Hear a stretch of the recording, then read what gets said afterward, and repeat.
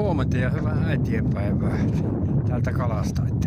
Tuolla lähdin Kalle ja tuossa istuu minun perämies, että se on kaverina tässä kalassa. Ja yksi matikka suotti ja se tuossa ottaa vuoroa, että suop osansa, että minä kohta rupean siivoamaan. Se on minun perämies, se joka kerran täällä kalassa on. Tuohon männyt ja semmoista, että se on hyvä kaveri. Ja aurinko paistaa kivasti ja näin edespäin. Kyllä täällä ihan mukava on. Että lähdin aikaisin, että kerkii tuonne hauhuilla käymään ja näin.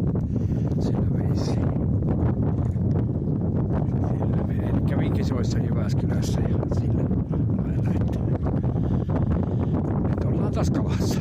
Ja semmoista.